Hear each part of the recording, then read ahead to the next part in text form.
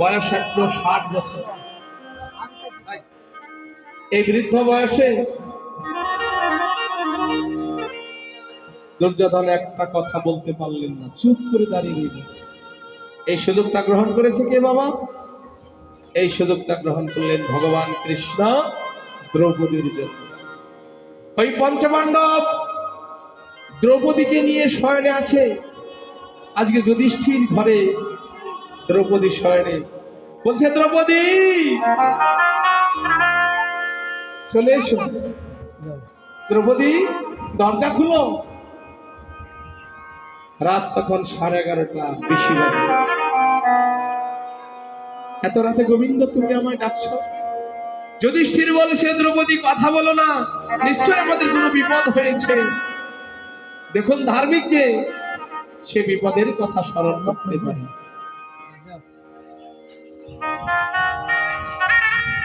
দ্রৌপদী নিশ্চয়ই গোবিন্দ আমাদের মঙ্গলের জন্য এসেছে, যাও তুমি কথা না বলে গোবিন্দের সঙ্গে চলে যাও।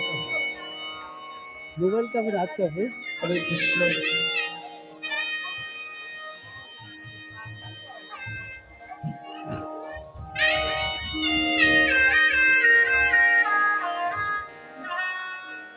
হরি বল।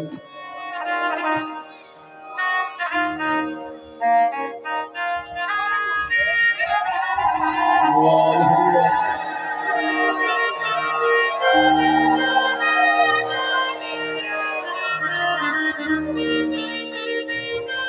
দাদা ভাই, এই যে টাকার মালা দান করলে প্রার্থনা করি গোবিন্দ তার কল্যাণ করুন, মঙ্গল করুন, পরিবারের সবাইকে সুখে নিয়ে সাথে থাকবো। বৈষ্ণব ভক্ত সঙ্গ করতে করতে আমার গোবিন্দের চরণ পেয়ে হয়ে যা। জয় জয় রাধা গোবিন্দ। হরি বল, হরি বল, হরি বল।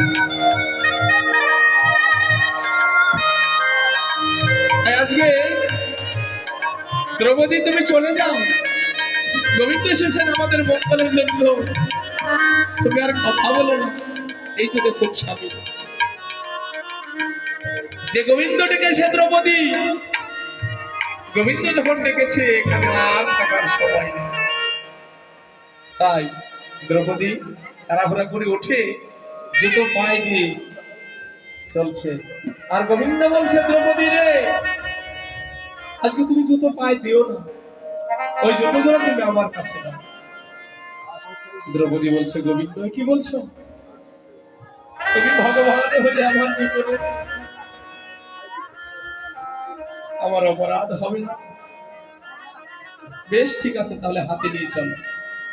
জুতো হাতে নিয়ে এবার মহাময় বিশ্ব দাদু যে ঘরে ধ্যানস্থ হয়েছিল ওই ঘরের দরজার সামনে রেখে জুতো যাও, দাদু ঘরে ধ্যান করছে, ওনাকে প্রণাম করো, প্রণাম করলেই তোমায় আশীর্বাদ করবে।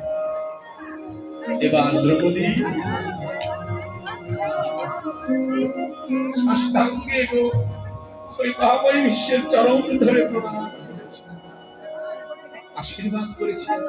তোমার ওই শীতির সিঁদুর হাতের শাখা বজায় আয়ুষ্মান ভব, যে আশীর্বাদ করেছে। দ্রৌপদী বলছে দাদু তাই যেন। চমকে উঠেছে, হায় হায় কে? দ্রৌপদী, আমি দ্রৌপদী। হায় হায়, এখানে দ্রৌপদী কেন? তুমি কেন? আমি তো তোমাকে আশীর্বাদ করবো না, তাহলে তুমি এখানে কেন? আর আজকে আমি আশীর্বাদ করবো দুর্যোধনের স্ত্রীকে, এই কথা আমি এবং দুর্যোধন সারা জগতে কেউ জানে না, তুমি জানলে কেমন করে বলো?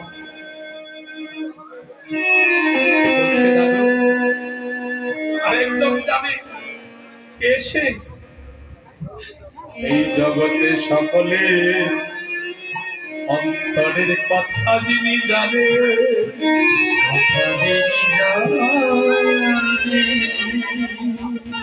এই হৃদয়ে কথা যিনি ভাবে,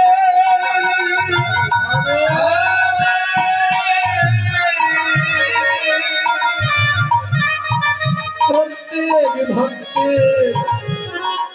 এই মনে কথা যিনি জানে,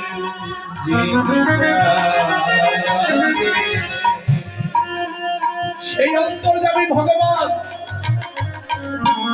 বাসুদেব কৃষ্ণময় পাঠিয়েছে। গোবিন্দ এসেছে কোথায়? ওই তো বাইরে দাঁড়িয়ে। দ্রৌপদী, ওকে নিয়ে এসো, আমি ওর চরণে ধরে ক্ষমা চেয়ে নেব। আমি দুর্যোধনের পক্ষ নিয়ে যে ভুল করেছি, আমি আজ ওর চরণে ধরে ক্ষমা চেয়ে নেব। ওকে ডেকে নিয়ে এসো দ্রৌপদী। এই বলে দ্রৌপদী যেই দরজার সামনে দাঁড়িয়েছে, দাঁড়িয়ে লক্ষ্য করে দেখছে গোবিন্দ আজ ওই দ্রৌপদীর চরণের জুতো বক্ষে ধরে কাঁদছে। গোবিন্দ, কি করছো তুমি? তুমি আমার চরণের জুতো বক্ষে ধরেছ কেন গোবিন্দ?